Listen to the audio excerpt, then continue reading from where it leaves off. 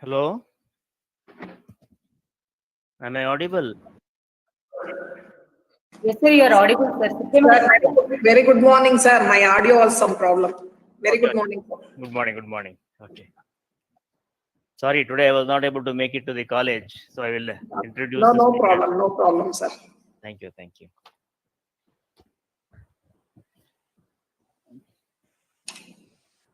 Has the speaker joined? Yeah, yes, sir. She's online. Okay, fine. So we'll start at 9:30.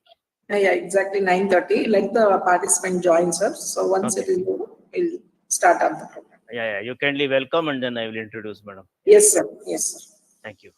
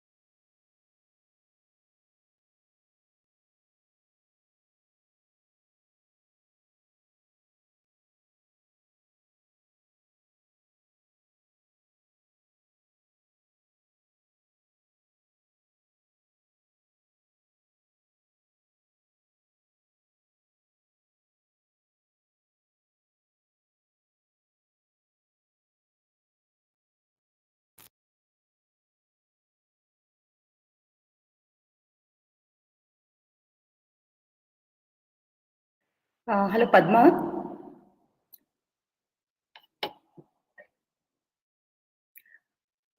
Padma, are you there?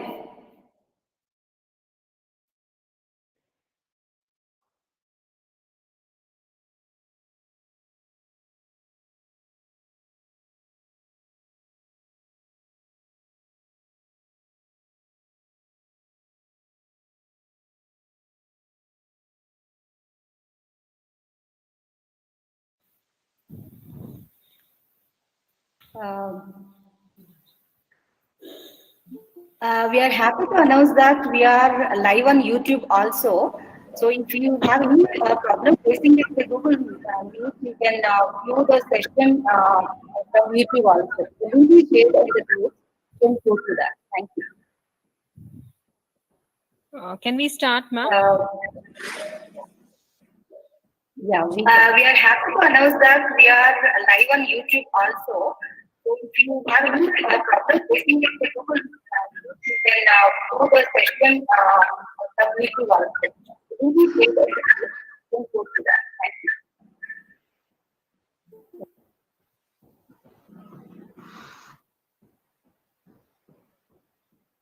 Can we start?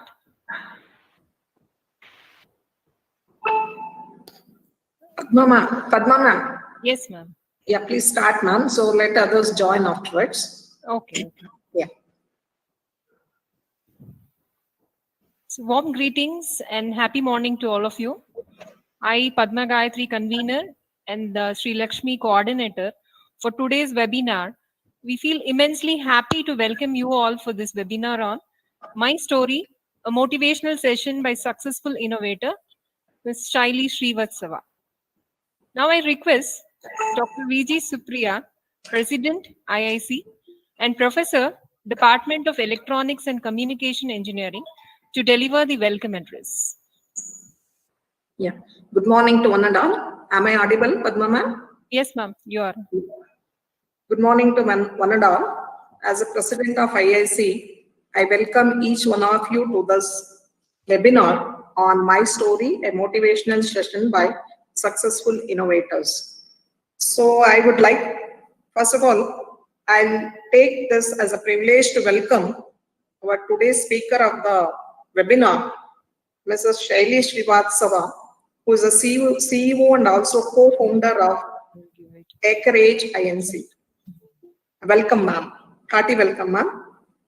And yeah, I also take this opportunity to welcome our management of MVIT, who supports for all our endeavors.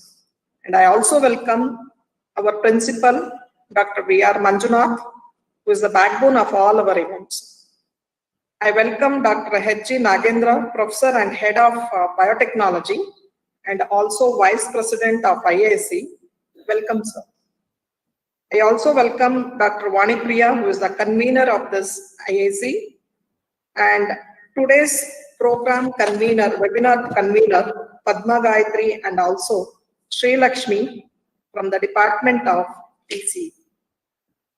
And I take this opportunity to welcome all our students and staff participants who was supported by joining this webinar to each one of you. Thank you. Thank you, Supriya ma'am. Now, I request Dr. H.G. Nagendra, Vice President of our IIC and Professor and Head of Department of Biotechnology, to introduce the speaker for today's session, Ms. Shaily Srivastava. Thank you, madam. Thank you, Padma Gayatri. Thank you, Supriya, madam. Very good morning to one and all. I deem it as a wonderful honor to introduce this young entrepreneur and innovator who has very kindly agreed to deliver this inspirational talk.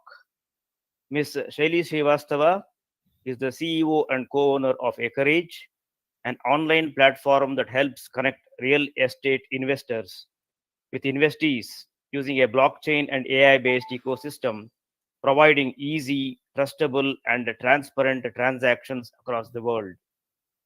Ms. Shaily is a software engineer graduate from the 2001 to 2005 batch, and she has completed an MBA from Rothman School of Management, University of Toronto during 2015 to 17. She is settled in Toronto and is focused on establishing her business in Canadian market. And before starting Acreage, Ms. Shaily spent more than 13 years in IT and supply chain management industries, wearing multiple hats in IT, retail, sales, project management, and demand planning domains. Ms. Shaily has had a successful career working with many multinational companies such as Oracle, Cisco, Wipro, and now she uses her experience to scale her business to an international level. Mr. Shaily is very passionate believer of technology and has worked on multiple implementations of latest technologies in solving real world challenges. She is the president of Durham chapter of Government Blockchain Association, a non-profit organization that promotes blockchain technologies by empowering individuals and organizations to connect, communicate, and collaborate to solve public sector challenges around the world. With her engineering and MBA talent and skills and aptitudes, she loves to explain business practices and models ranging from large to small scale enterprises. She is a quick learner and a believer of change. Mr. Shaily enjoys public speaking, attending tech conferences, meeting and spending time with like minded people. And she has recently moderated an AI panel organized by TensorFlow User Group and RBC to support women in technologies. Such an illustrious person with rich experience is amidst us and has consented to inspire all of us with her experiences. Miss Shelly, madam, we are eagerly looking forward to your inspirational session. Thank you so much for the introduction. Thank you. All So, the best. thank you so much. Hi, everyone. I have to say this, that I'm really, really excited to be here. First of all, I just love talking to students. But talking to my own college students, it's very exciting, and I'm very thankful to Dr. Vani Priya to give me this opportunity. One more thing that I'm sorry if everyone can just go on mute so that I can go ahead. One more thing that I would like to say is I would want to have that as a conversation rather than just me speaking. If you give me the opportunity, I just love to talk and talk. Believe me, I would rather have you guys ask questions, otherwise you'll get bored of hearing me. If I maybe Dr. Vani Priya or Padma ma'am can take up questions in the chat, and we can take breaks in between. And I would love to share any personal, professional, any kind of questions if you would have. I'll be happy to share my experience with all of you. Yeah, sure. Okay, let me just do. Sure. I created a little. Thank you. Okay. I have just created a small presentation, and just a little bit to talk about myself. Give me a second and let me know once you can see it. Can we request Srilakshmi madam to mute her mic? There is a lot of background disturbance.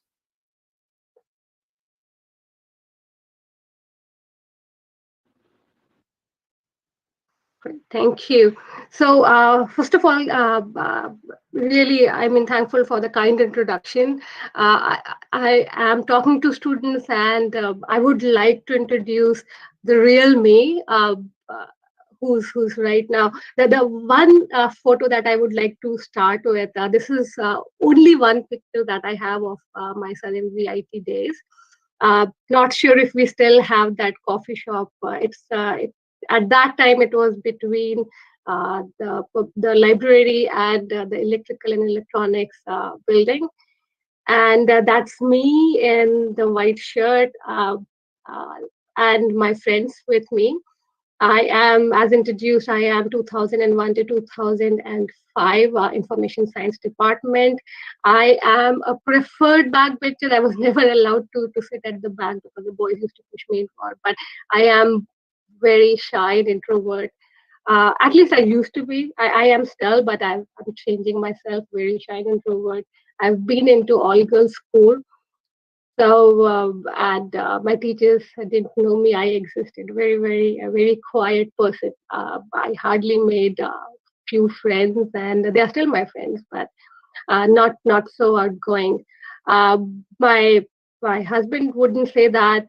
He thinks maybe I am slightly above average, but I believe I'm a very average student.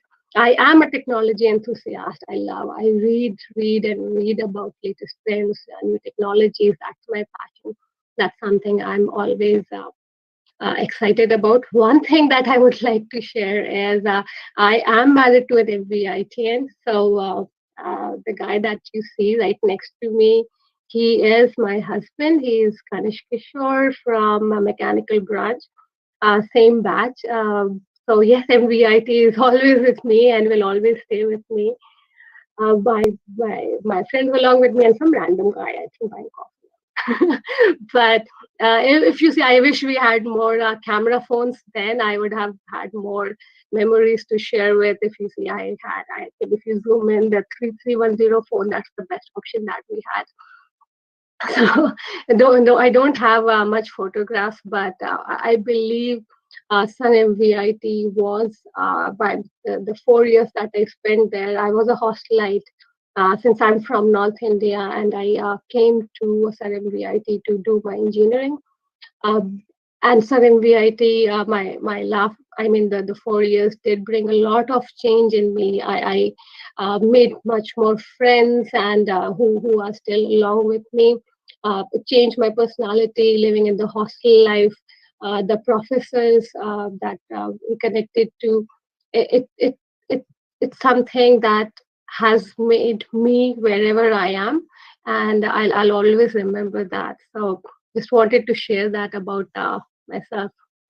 A little bit more about myself. So, as I said, I'm from UP, Uttar Pradesh, Allahabad. That's where I did my schooling. After that, I came to, in 2001, I came to SRMVIT in Bangalore. I did my graduation, information science. And, thanks to Mr. Khan, I remember at that time he did put a lot of effort in bringing the right companies to Salam VIT. In our third year itself, at the end of the year, Wipro, Infosys, TCS, all these companies came in and we got placed. I think that's where we had our best time. In fourth year, we already had the job in our hand, and we were very excited. So 2005 to 2010, I was with Wipro. I was quite happy. 2007, I went to US from Wipro itself. I had a great experience working on an on-site team. Once I came back, this is me, that I do get bored of the monotonous work. I always have this bug in me that always tells me to try something new, do more. And I wasn't getting that opportunity in Wipro. I was growing great. I had people reporting me. I was growing. I mean, hierarchically, but from the learning point of view, I wanted more. So in 2010, I quit Wipro and I joined Oracle. That's a fantastic experience that I had. In 2011, actually, my husband moved to Canada within IBM, and I wanted him to get that experience as well. At that time, I quit Oracle, and I moved with him to Canada. This was the time when I started looking for my next break, and I was thinking, what should I be doing next? Very soon, I got a job in Timex Canada. Now, I used till that time. I used to be a avid programmer. I loved coding, and that is one thing that I always liked and enjoyed doing it. So when I got this opportunity in Timex Canada, it was a small company with more of a tech come business requirements. So I just took that for 3 months to get Canadian experience to understand. And in 3 months, I would just quit and I would join some tech company. I'll be back to programming.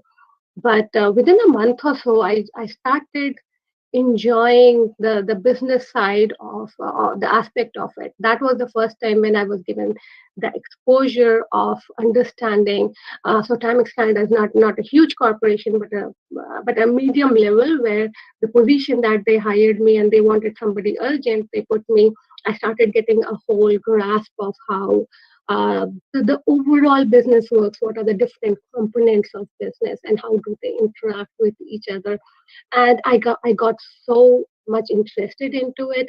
And because of my tech skills. Now I started developing my business skills. I was really enjoying my work. That is something where I started getting more and more interested in the business side of it. Now, in 2013, actually 2014 beginning, I went on my maternity leave with my first kid. I remember right after I had my kid, I was in my mat leave, and I told my husband one sudden day that I want to do my MBA. And he laughed. He didn't believe that I would be so serious. And he said, "Okay, fine. If you want to do it, just do it." And that is when I was just so motivated. I went and I applied to the top institutes in Canada, and I got accepted by the top three, which was which was really, I was quite happy. My husband was surprised too, and the institute Rotmans is actually ranked #1 institute of Canada. So that was a happy moment. And then my husband said, "Yes, for sure, right?" We had a 1-year kid, and that was a difficult time. My husband had a great support, and he took care of my 1-year-old when I was doing my MBA. So during the MBA, actually, I was pregnant with my second kid as well. People thought I'm crazy, but probably that's that's what I am. I just didn't have any problem. I wanted my MBA. I wanted my kid, so I was good. So after my MBA, I. I'm from an engineer background, and that's what I wanted to share candidly with the students around that. I never had a thought that I would be starting something of my own. I am from an engineering background. My father is engineer, my brother is engineer, I'm an engineer, and I really wanted to work for the established firm, like as an engineer, right? So after doing my MBA, I was on my second mat leave.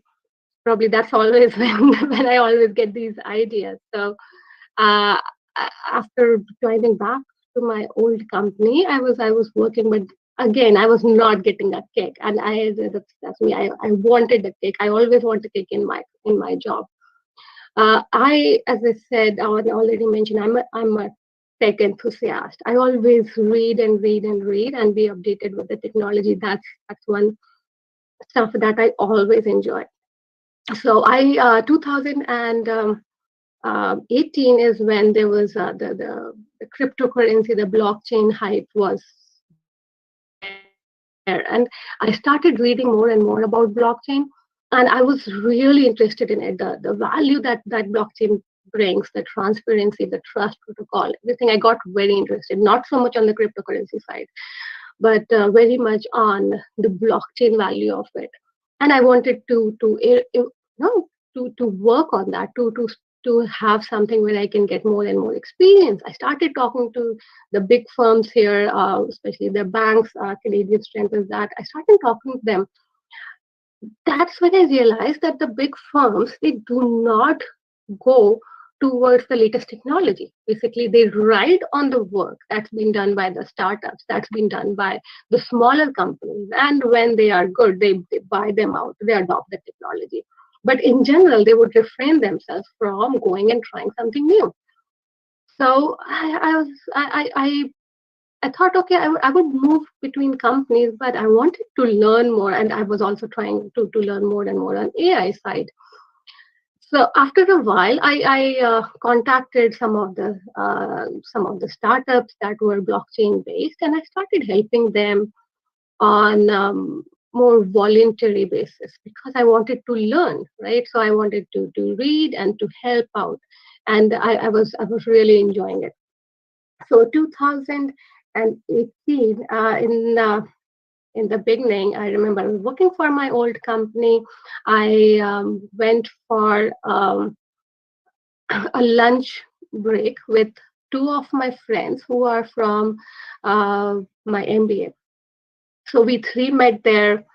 and we shared what we are doing. Our MBA is complete, and after your MBA is done, you always have this bug inside you that always tells you to do more, right? Try something. At least I had in me, and these my friends. So we met at one of the coffee shops, and we were talking about what we are doing. And I told them, guys, how blockchain works. It's so exciting, and this is something. These are the values that it brings. And I started explaining them. This is what blockchain does. My other friend, he also had a startup. Now, that was mainly focused on buying a real estate, renovating it, and selling it out at a higher price. And he was mentioning how he started it with a good pace, but with the challenges, with banks not giving loans, with financing not there, he was having this challenge of not able to expand it. So yeah, we discussed it, and we all went back to our offices. And I went back, and I started working at my workspace. And then suddenly I had that. So I basically had a eureka moment, right? So it actually happens like that. Till that moment, I had no idea, and no even in the, the the want to start something of your own. So this is when I suddenly had this eureka moment. Hey, I just called my friend and like, you know what, the real estate problem that you were saying, you were talking about the financing, you were saying that it's a challenge for you to get that. And I was talking to you about blockchain, but you know what, I have the solution. How about we use blockchain to create that financing to solve that problem for real estate? And I mean, that's the I always remember that as our eureka moment. And I called him up that guys, let's meet today. I think there's a real value there. How about we start something of our own? And my friends told me, like, you know what, that I was thinking that you would say that, but you said you're working with other startups and you're helping them out, and I thought you were not interested. I said, no, you should have told me directly. But yeah, this is great. So how about we start something? So it's cliched, but very true. We actually started our office in basement. Like this, it actually happens that way because there's no other place where you can afford a rent. So that's where we met that very day itself, all three of us, and we started, started working on our idea. Right? We thought, oh my God, this is a great idea. We believe we can do that, and we all of us, we really wanted to do something big, right? So like, hey, let's develop that. Let's make it happen because this is a brilliant idea, and we're gonna do it. If at that time, if you would have asked me, or somebody would have asked me, you know what, by when do you think you can do it? You would said, oh, you know what, 6 months. We can do it in 6 months, and or maybe lesser than that. We know what we want to do, and we can do it. But frankly speaking, it's a long way to success. It's a really long way to success. From the idea, so when you say you have innovated something, you have an idea, and from there to make that as a reality, it's not something nobody tells you that's what it takes. It took us, I can say that now, it took us 2.5 years even to come up with a clear idea of what we want to do and how that will be done. So it's simple to say that the innovators had a great idea and that's how they started, but it doesn't happen. You had a great idea, but from that to started, it's actually a long way, and which needs a lot of focus, a lot of determination, and a lot of will to come across that. So so this novelty is scarce and brilliance is contextual. Now, if you ask any innovator, right, and the same thing happened with us, when you create something, when you have an idea, you would say we have an idea that no one has thought about it. Then after a few weeks, a couple of months, you would start doing some research, and that's when somebody says, hey, there is another company doing similar thing. Are you guys doing the same? Then they're like, no, no, they are slightly different, but yeah, a little bit same. Okay, fine. Then after a couple of months, they're like, hey, there's another company doing almost what you guys are doing. So it's a saying that when you have an idea, there is at least two more people thinking exactly what you are saying. You are thinking, and that's actually very true. But does that make your idea not novel? I'm not so sure about it. So, for example, right, the examples that you can see on the screen, iPod is not the first music player in the world. Google is not the first search engine in the world. Reliance Jio is not the first mobile operator. McDonald's is not the first burger maker, right? So, how did they do it? Or is the problem is with the brilliant? Does it have to be a brilliant idea? So, Flipkart, is that a brilliant idea? Because Flipkart is actually a copy of Amazon.com. You have Ola. Ola is a big successful company, but Ola is a copy of Uber, right? So, similar to that, like Facebook is not the first social platform. Like there have been so many to that. So what makes these businesses successful? When we say we are innovative and that's why it's successful, maybe not. Maybe we are not thinking a right way. When you say you are innovative means you are doing something in a better way, in a different way. You are accessing or you are solving some problem or some gap that somebody else not is not able to do it. So, for example, if Flipkart is so successful in India and if they are going and trying the same thing in US, will it work? Maybe not, right? Because Amazon.com has such a huge presence in US that Flipkart will have a huge difficulty trying to establish them. Now, unless and until they take Amazon and they identify there is some gap or some problem with what Amazon has been offering, some place where they can create their proposition or solving that issue, right? So unless and until you are doing that, you'll not be able to compete. So it's actually very contextual. It all comes down to the idea that you have, how you are actually implementing it. So all these successful companies, it's not that the solution that they had is the most unique one and nobody could ever think about that, and they are the first ones to do that, or they are the most brilliant people available on the planet to do that. It doesn't matter. It matters how are you actually implementing it, how are you actually executing it. So for any idea to its implementation, it takes a certain path, and you have to follow that. And and unless and until you understand that path, you will have huge difficulty being out there, out there to sell your innovation to somebody else, right? So as an innovator, right, I think something that I always feel is you have to understand what problem you are trying to solve, right? For us, it took us a long time, right? I mean, what other way it happens is you create a solution, you go out and you try to sell your solution. I've made something that does this, right? But the question is, and what people started asking us is, uh, what are you trying to solve? What is the value that you are bringing? So you have to solve a problem when you're doing an innovation, and if you want to sell out that innovation, if you want that innovation to be big, to be accepted by other people, that's where you have to understand what is the problem that you are trying to solve, what is the scale of the problem. So now if you are trying to solve a big problem by putting a lot of money and effort and everything in it, but you're solving a problem for 10 people, does it make sense to do that, right? When you are creating an innovation that doesn't access or doesn't solve a bigger problem, maybe it's something that you should start looking into.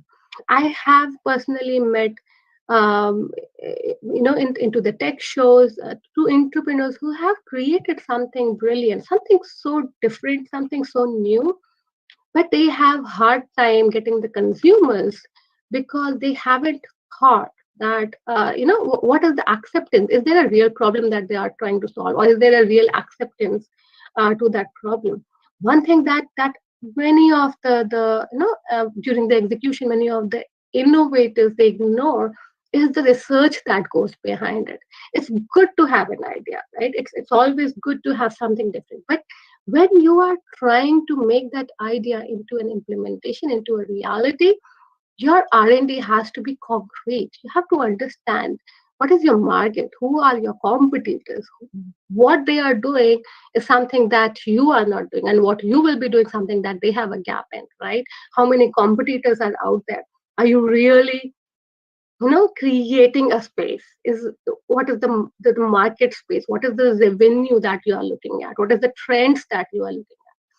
If you are not, from the technology wise, if you are not upgrading yourself, you are not as using the latest technology rather than you are using something old school, then basically you there is a problem, right? So you need to do this work when you have the idea and you would like to convert that into into a reality. Now, in our business terms, you call that as a value proposition. So rather than saying, hey, I have a product that you would like to use, but why, right? So the question is, one, am I solving any problem for you? Am I solving any financial problem for you, or any emotional problem, pain for you? So there is, if there's a pain, how am I helping that consumer with? And if I'm providing a gain, maybe I'm not solving a pain, but I'm providing a gain. Maybe I'm providing an emotional gain. Am I making a person happy? Am I making a person satisfied?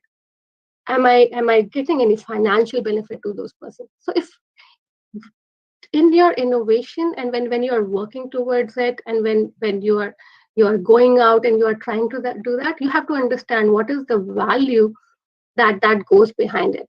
Now, I'll not take you to the the whole MBA piece, but what I'm trying to get is, when we are out there, when we are trying to to prove that my innovation has this value, it takes a certain process for you to get through it. For example, it's really important, really, really, really important to start talking to people. Doesn't matter how many. You are the person who is the face of your innovation, right? So just talk to 30, 40, 50, 60, as many number of people as you would like to talk to, right? If you have made an innovation, don't be afraid of rejections.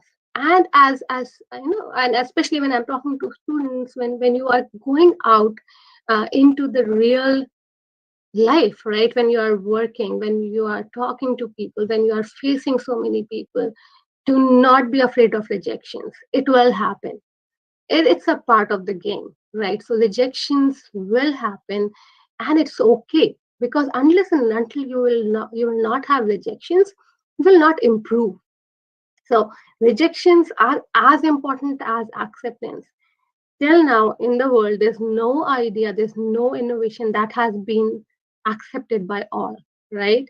There will be a certain percentage. Maybe if you talk to 10 people and 3 people reject it, it's okay, right? You have those rest of the 7 people. You have that profile. You have to understand and be happy with, okay, I have these people who have liked my idea, who have liked my innovation. What specific these people? You profile them. You understand who your customer is. It doesn't matter that how many people have rejected it, because then they are not your customers. They are not your consumers.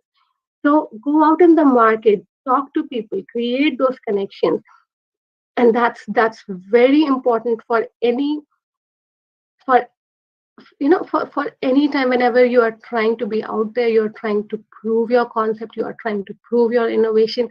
That's the must thing to do. Open to ideas and suggestions. So it's really open. A lot of times a human mentality is, I have created this, I know how it works, I know how to go there, right? but you will be surprised when you talk to people. There are so many aspects to it that will give you, maybe, you know what, you have your focus, right? So if you get a photo, you have the focus, you know, from you have to reach from A to B, but your path can be different. There could be so many paths. We had a lot of iterations, right? We knew what we had to build. In 2.5 years, we kept ourselves at it. We kept us reiterating the whole process to it. We did not change our goal. We started from a blockchain company to a fintech company to a regulatory focus, but we kept our goal constant. But we were open to ideas. We were open to suggestions. That doesn't mean you have to accept everything, but it's always, allow you to maybe come up with a better approach. And that really helps you out there when you're talking to people, when you're trying to be successful. This, you need to be open to suggestions, to ideas, right? So that's very, very important. And again, back it up with the concrete numbers. Your R&D goes along with it. Many big companies have failed because they do not upgrade themselves with the R&D. So it's very important that you keep yourself on ground, be yourself validated, be open to ideas and suggestions, and keep your focus on the goal. So I'm going to take a pause here, and I'm going to just check if I have any question or something that anybody is interested to ask me.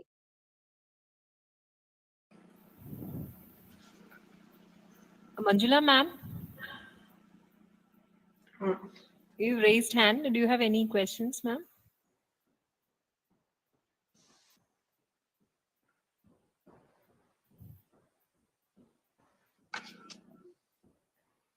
The floor is now open.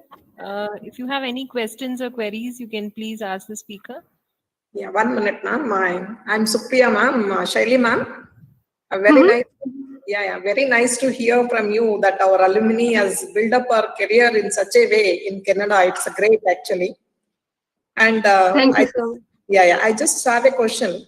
Like, Sure. is your business is restricted to Canada, or you are planning to spread it to throughout the world, or something like that? So for now, yes, I mean, in our case, actually, it's very regulatory driven business.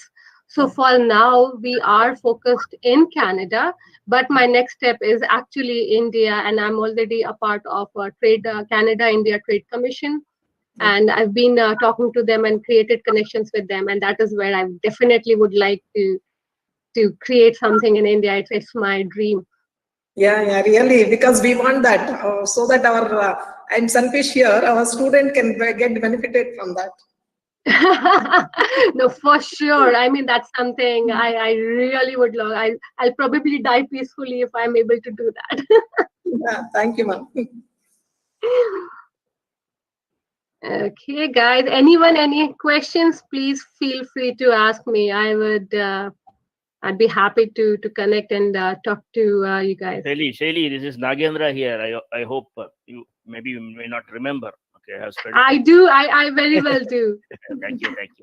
Yeah. Anyway, so my question is about my passionate domain called R&D. So what is this backing up with numbers in R&D mean?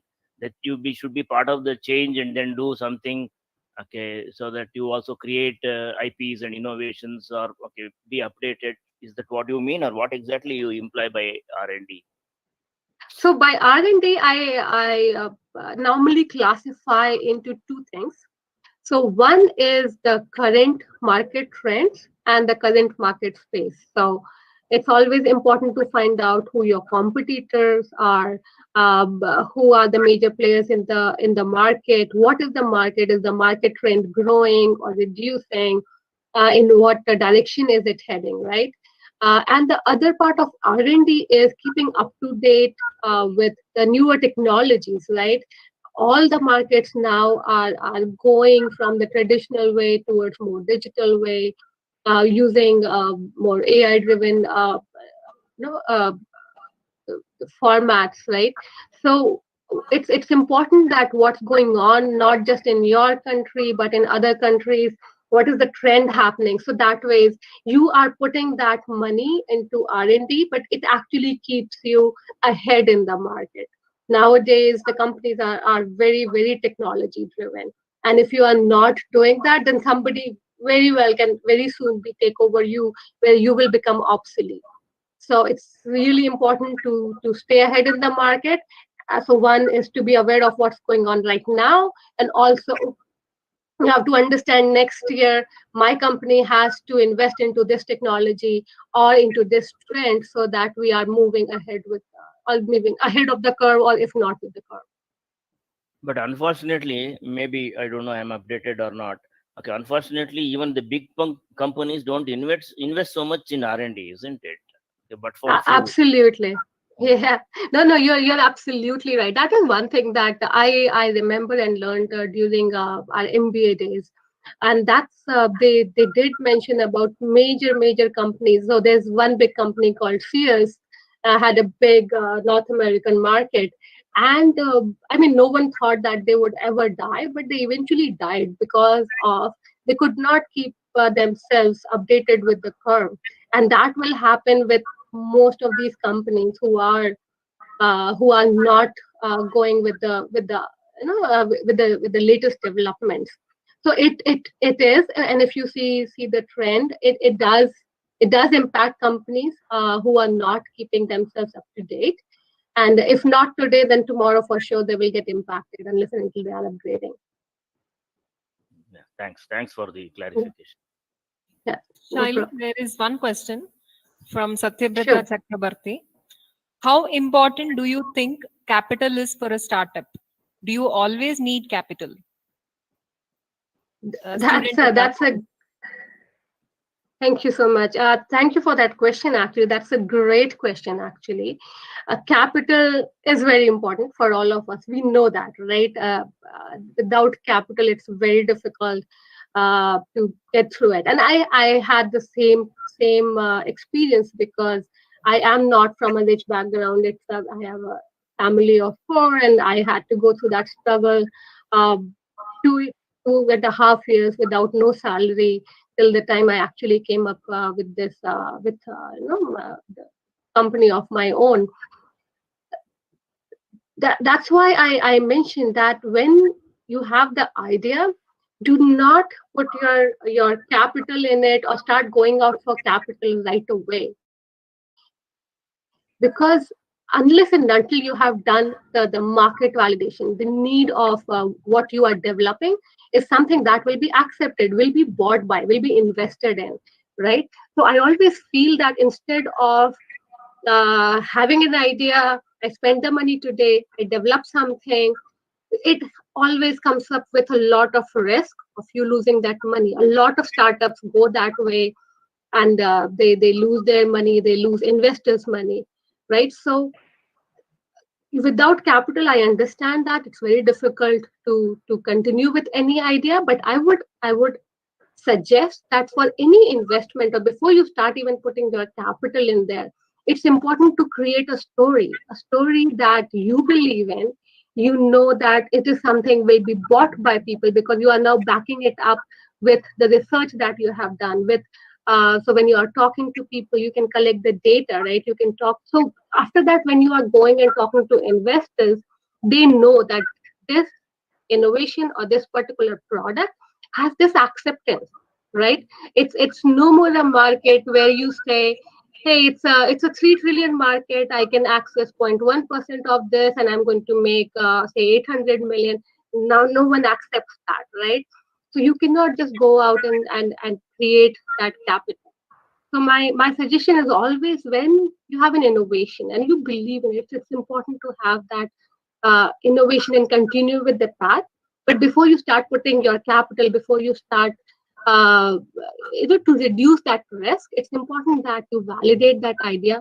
So you get your own confirmation that this is what it's going to work with, this is how much time it will take, this is how much capital it will take, and it has so much of investment required, and I'm going to get over with, if I curve from the revenue, I will be able to get into positive in next 2 years. So once you create that story, that is when you can think of your investment, your family and friends, and going out to the investors. But once you have that, it has a lot more trust from the investors, and they will definitely be willing to put more capital into your startup or into your innovation. And one more question from Dr. Jagdish Kumar of our biotech department. Thanks for the motivational talk. My question is how to look for international funding and investors. What are the challenges in this? Okay. Now I know the answer to that. I wouldn't have known 2 years back. It's a great question too. So nowadays, there are a lot of organizations. So it's important that when you are, and I will probably cover that in my next slides.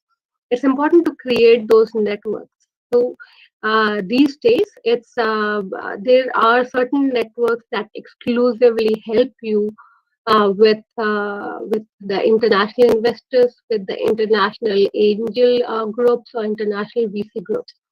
And even there are lots of government programs that help you. The Canadian program is there that helps Indian companies to come and expand in Canada, or where they will invest into it. So it's important for you to find out and spend some time and energy in understanding what are these network groups which are available, and start connecting to them. There, as I said, there are many private groups as well, and there are a lot of the government-based organizations as well that are currently and solely focus on providing you those kind of assistance and those kind of networking. And if you are looking towards that, then that is what you have to start making those connections, start getting in touch with those people, and that's actually the place where you should. And again, alumni connections, right? That's another thing. So I mean, nowadays most of the colleges, and thanks to LinkedIn stuff, you have those alumni connections and stuff. So networking is a solution to many of these problems. So you connect to people, of course you need those genuine connections. You start talking to people, and you will be able to get your route through them.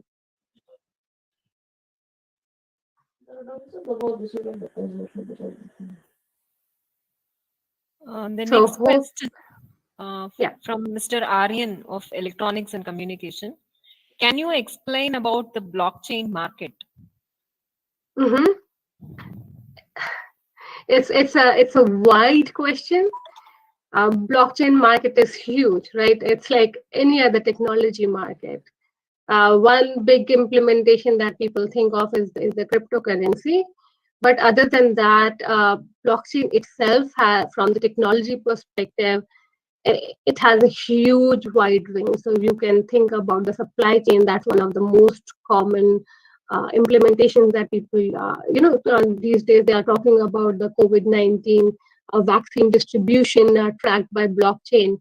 Or you can also, from the fintech industry, I'm myself, I'm one of the fintech industry, you can think of blockchain helping out in bringing more and more transparency. When it comes to bookkeeping, you can think of the real estate, paperwork, storing them in a tamper-proof way, and where you can have the validation. Blockchains are getting used there. You can also think of student mark verifications. Right nowadays, it's that concept is taking a lot of interest among people, where you are creating a blockchain network where your certifications, your education has been trusted by the parties, and is available in a decentralized way, where your companies can go and check what you are saying is the right one. How many cases have you heard where people have faked their mark sheets and put that out in, and you basically have no way to verify unless until you go back into that homework, right? So you can all avoid that by creating those decentralized platforms. There have been tests being done on doing voting through blockchain, where you can get those voting shares in a fully transparent way. So you can go on and on and on. These are the ones that I spoke are the most prominent ones. But as you start doing some research on blockchain, you'll be able to find a lot more. People are very innovative and can have come up with very, very unique cases. I mean, it astonishes me. And written another question from Mr. Karun of Unable to bear the delay in getting lunch in a wedding hall, just shouted at the organizer. What the hell is going on? I'm waiting and waiting. Some who came late are allotted a seat while I'm standing like a fool. Replied the organizer. Sir, be cool. Soon after you present a gift to the bride or groom, you will get an OTP on your mobile. You have to share the OTP with us and claim your. Kindly mute. Hello, somebody there? somebody I just removed from the meeting, sir. Good. Shaily, there is another question, yet another question from Mr. Karun, Sure. student of Electronics and Telecommunication. What are your views? If you were in India, would you have got the same amount of opportunities? That's a great question, and probably I've been doing that for others. But I personally think myself the same thing. Believe me, and I wish I have the right answer because I didn't try that in India. Um, I did get a lot of help from Canadian government, and they have programs that helps in entrepreneurs, and I've got great response from them, and they. I mean, there's nothing that I can say anything negative about that. Uh, as per whatever interaction with people I have in India and the startups that my friends have and people I speak to, I know that India has been helping and creating more and more programs now. So it's improving on a daily basis where there are more organizations and the government-based programs coming to help the entrepreneurs. They are supporting more and more entrepreneurs. Again, it's more on the research what I have done. If I would have experienced myself, I would have said that. I would like to be fully transparent, but I have that trust and I see the way that Indian government is working and the way they are promoting entrepreneurs. I've seen some small startups that started 4 or 5 years back, and the way those startups grew. If I see Bangalore itself, there are so many startups when I come and I see which I have not heard. Even between my India trips, I see startups that have come and have already grew to a much bigger scale. So I believe that support and the market is there. It's more of putting your effort in finding out where it is, how it is, who's providing that. Uh, Probably it will need some initial more research from your side to find out those support systems. But I have a strong belief that India has uh, those support systems there, and if you have the right connections, you might be able to reach out to those.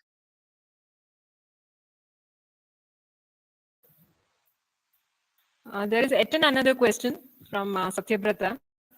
So we will address this question and then I hope you can go ahead with your presentations. Sure. It has been approximately 3 years since you started Acreage. Could you explain the time graph for the growth of the company? How much time did it take you to become profitable or get funded? Mm-hmm. So the question that you asked me, and I'm going to be very frank about that, is every company, every growth will look different. I can speak about Acreage, but it doesn't mean that it will apply to other startups as well. Every startup has a different growth. They might have to just follow the similar pattern, but as I said, from the timelines wise, it it will differ. And the reason why I'll tell you is when we started with the blockchain. First of all, when it comes to blockchain, there is a lot of myths. A lot of people are afraid to uh, to understand something which they don't understand, right? Or to change their current way of working. Second thing is that it's It's a regulatory market which we were not aware of before. So when you are working with regulatory, like any other government body, and especially the security markets, they take, first of all, they take longer time to understand what you are, when there's a new a financial mechanism that is directly going to the small scale investors. So our proposal is allowing, really democratizing the private investments. So that means anybody, everybody will be able to invest into private markets, and that is something that needs a lot of regulatory approval. Now, these regulatory approval also had to, it was all done within blockchain. So for us, it took us a good 1.5 year of work itself to make them understand how the technology works, how we are still taking care of the investors. And I'm not from regulatory market, right? I'm a technology person. So for us to understand what the regulations are, you cannot, as I said, the capital is the big piece. You cannot go and start hiring people to help you out in those ways, right?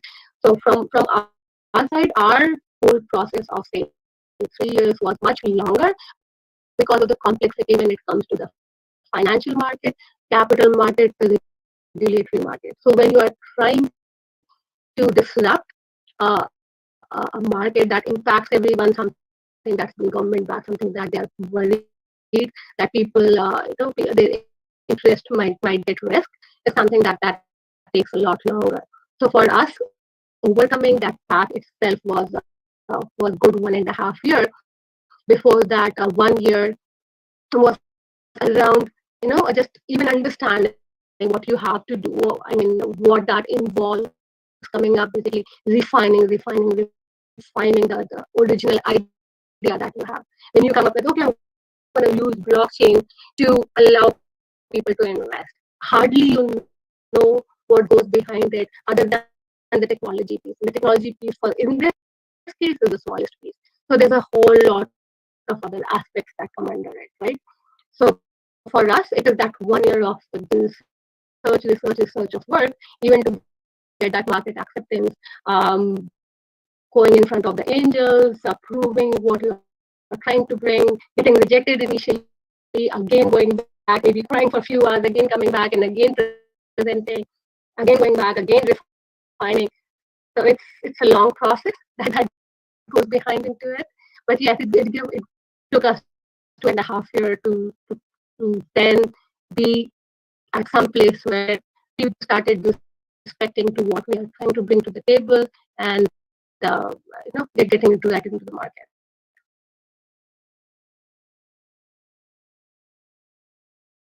Okay, so Padma, do you want me to go to the presentation and then maybe come back? Yeah, you can just go ahead with the presentation and then we can come back to the Q&A session. Sure.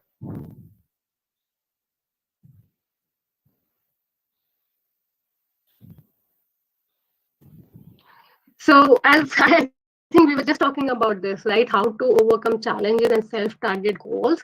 So the first thing that I would say is do not give up. For us, it was a long process. And again, as I said, every business process will be different. In our case, it was a long process. People told us, don't get into regulatory. Maybe you should do something that doesn't involve regulatory. How about you do something simple, or maybe partnership, or give 60% of your company to other company that has regulatory, and then be with that. So we got all sorts of ideas, all sort of input from people, and that we heard. We came back. We got a lot of rejection. As I said, people are not ready to accept something new. They're saying, okay, the current way exactly works, so why are you trying to change it, right? So there have been those instances where you're there without a salary for such a long time. You come back and then you face those rejections. You feel like giving up, but at the end, you don't. You should not, right? If you believe in something, if you have that, if you had that zeal towards it, if you want to do it, then just don't give up, right? And that takes us to have the right support circle. If probably my husband, my kids, my family wouldn't have been there to support me throughout this whole journey, I couldn't have done that. So when you are trying to prove that idea, you're being out there, it takes a lot of effort and your time and your interest. So get that support circle. Surround yourself with the right people. Surround yourself with the right friends who give you that positivity and help you continue in your path. Right? Do not be afraid to take decisions. If you take decision after certain time is passed, then it's not gonna help you.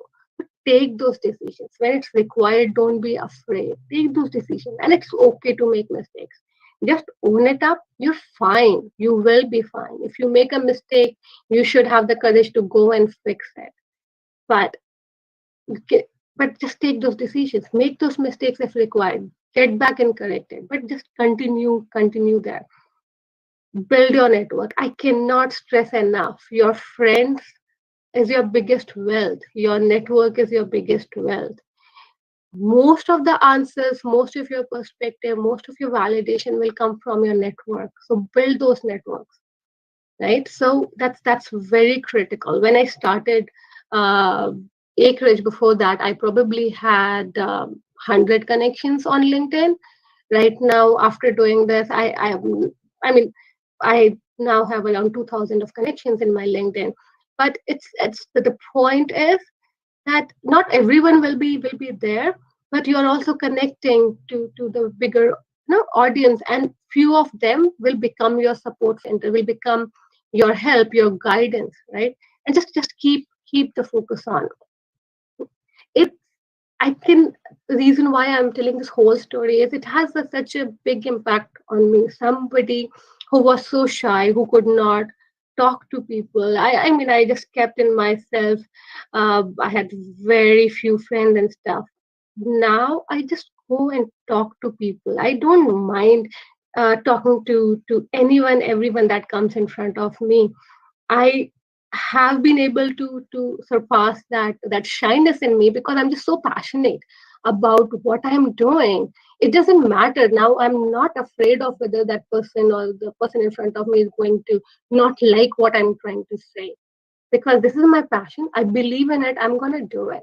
I enjoy my work. I don't cry Monday morning when I don't want to go back to work, right? It's not like that. I enjoy. I'm excited Mondays. I'm excited working late nights. I'm excited right now in the midnight talking to you all because it's it's brought that change in me. It's something that excites me. Now I breathe through it.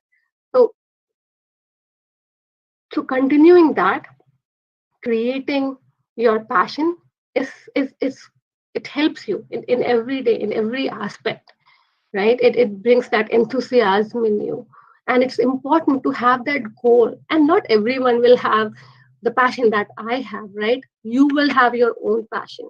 So to all the students that I'm talking to, right, I can only suggest that try to find out what your passion is, right? What you really want to do. You will not know today. If you know what I have hats off to you. But you will, most of you will not know today what you really want to do in next 10 years and next 15 years, 20 years. But this is the time when you should start exploring what your passion is. And if you are actually spending your time onto something that you are passionate about, it brings a huge change in you. I will finish it with this quote that passion is energy, and I completely believe in it. Feel the power that comes from focusing on what excites you. And I will leave that with all the students, and I wish that this is something that you will take it back from this session.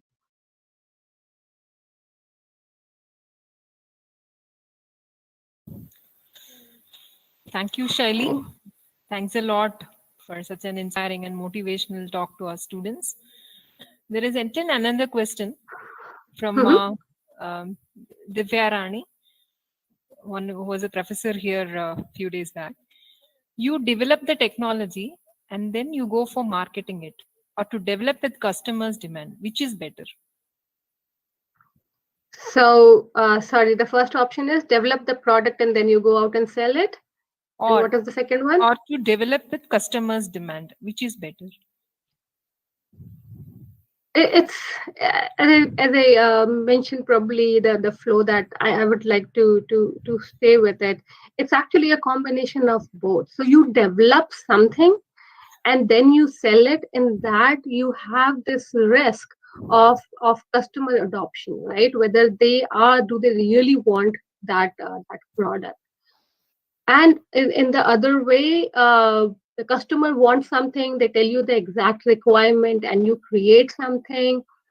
um, See, everything takes certain innovation. Innovation doesn't mean you are creating a whole new project, but maybe you are doing it in a certain different way. So in my opinion, it's a combination of both. You gotta understand, if you have a certain thing, you gotta understand first to get a market opinion before you even develop that product, right?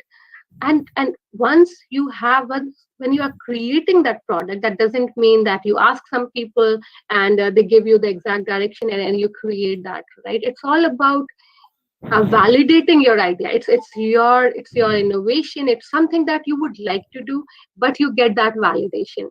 So it brings in the best of both, of understanding what your customer needs, as well as of something that you have created, and you are getting it validated by the customer. I hope uh, that answers your question.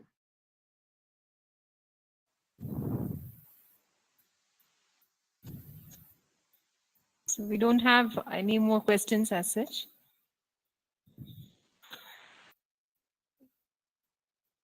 Right. Participants, if you are interested, you can just come up with your questions.